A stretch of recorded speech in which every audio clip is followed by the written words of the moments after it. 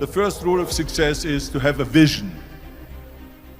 You see, if you don't have a vision of where you go, and if you don't have a goal where you go, you drift around and you never end up anywhere.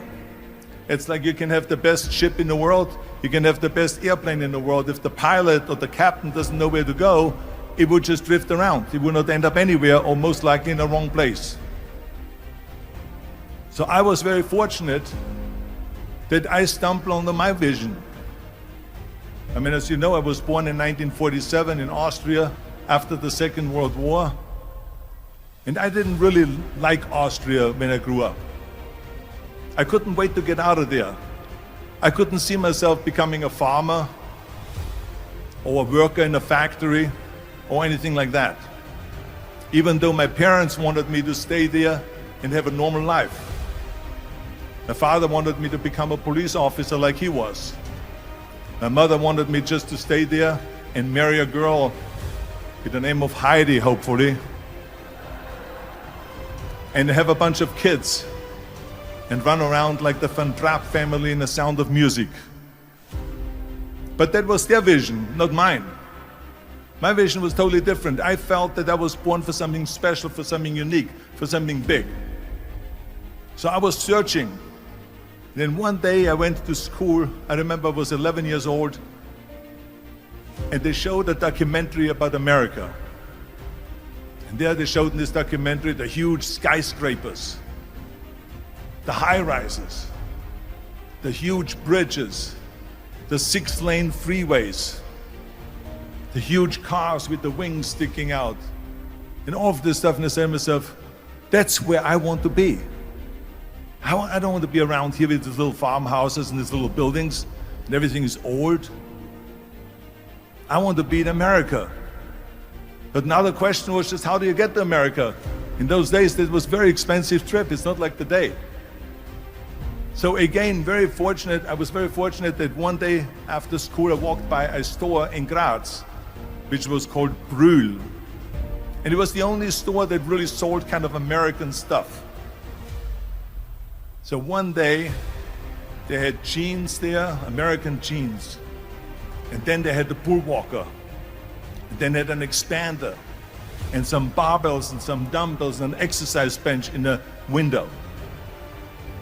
So I went inside and I looked around and I looked at this stuff, and then I saw a magazine. I saw a bodybuilding magazine that had Reg Park on the cover. Reg Park was then a 3-time Mr. Universe. And I saw him on the big screen as Hercules. And on the cover it said, how Reg Park, Mr. Universe, became the Hercules star. That's what the cover story was all about. So I looked at the cover and I said to myself, I got to get this magazine. So I bought the magazine, I took it home and I read it over and over from the front page to the back. It had everything in there, how he trained, how he was working out in Leeds, England, in a factory town, how he worked out every day for 3-4 hours and became the strongest man of Europe, and how he won Mr. Europe and Mr. Great Britain, and then eventually Mr. Universe. And how he won the second Mr. Universe and the third Mr. Universe. And how he was discovered to play the starring role in Hercules. I read that and I said to myself, wow, this is the blueprint for my life. This is exactly what I want to do. I want to become a bodybuilding champion just like Reg Park. I want to get into movies just like Reg Park. And I want to make millions of dollars and be rich and famous just like Reg Park. Do you know how great it felt that I knew where I was going? Imagine the majority of people don't know where they're going. I knew where I was going, that I'm going to become this bodybuilding champion just like him. So it was just a question of how do you do it? I was so relieved because when you have a goal, when you have a vision, everything becomes easy. Because remember that in America, for instance, when you study, you will see the percentage of people that like their jobs. 74% hate their job in America. Now, there's not much different when you come to Europe. The majority of people don't like what they're doing because they're really not doing it because they didn't have a goal and they followed this goal. They just aimlessly drift around, and then all of a sudden there's a job opening, so they get that job because you have to work. But then when you work, it's a chore. It's work. It's not fun. So if you think about, only a quarter of the people really enjoy what they're doing in life. That is unbelievable if you think about it. So I felt so blessed that I knew what I was doing. It's like a medical student that studies and knows he wants to become a doctor. You know where to go. So I knew where to go. So people always ask me, when they saw me in the gym in the pumping iron days, they say, why is it that you're working out so hard? 5 hours a day, 6 hours a day, and you have always a smile on your face. The others are working out just as hard as you do, and they look sour in the face. Why is that? And I told people all the time, I said, because to me, I'm shooting for a goal.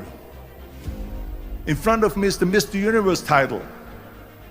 So every rep that I do gets me closer to accomplishing that goal, to make this goal, this vision, turn into reality. Every single set that I do, every repetition, every weight that I lift will get me a step closer to turn this goal into reality. So I couldn't wait to do another 500-pound squat.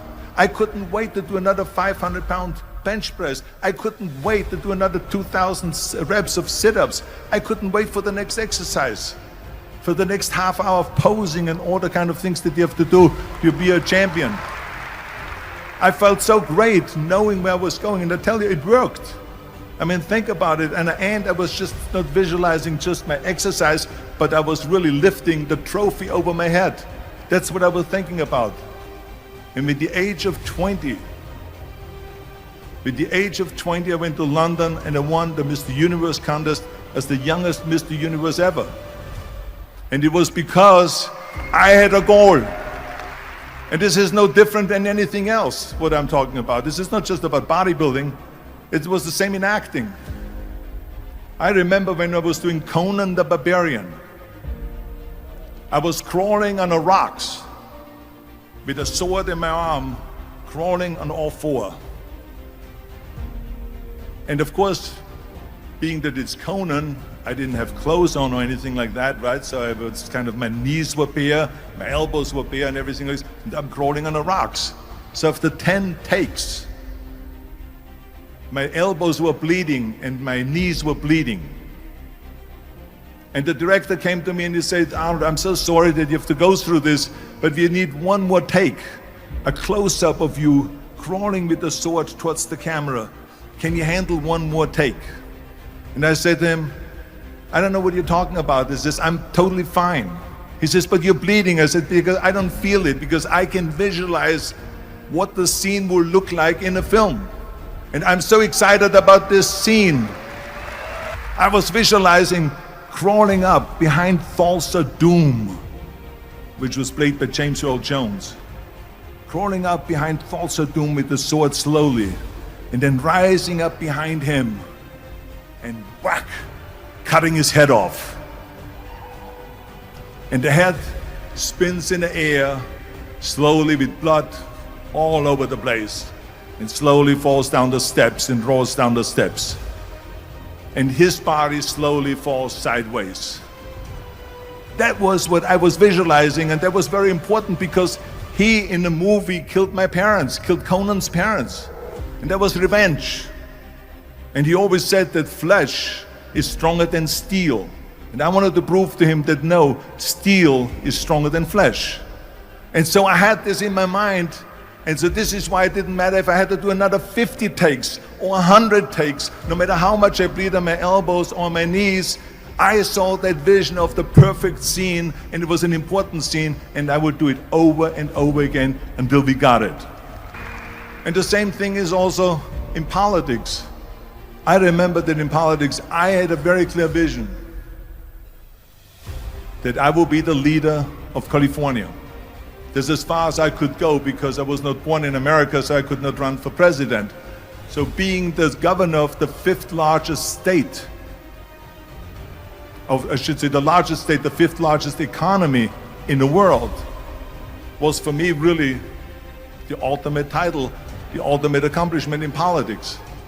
So even though people came up to me and says, why don't you go and run for something smaller, you're never gonna make it. I ran for governor, and then 2 months later I became governor of the state of California. Again, because I had a very clear vision what I'm gonna do with California. So let me tell you something, visualizing your goal and going after it makes it fun. You got to have a purpose no matter what you do in life. You got to have a purpose.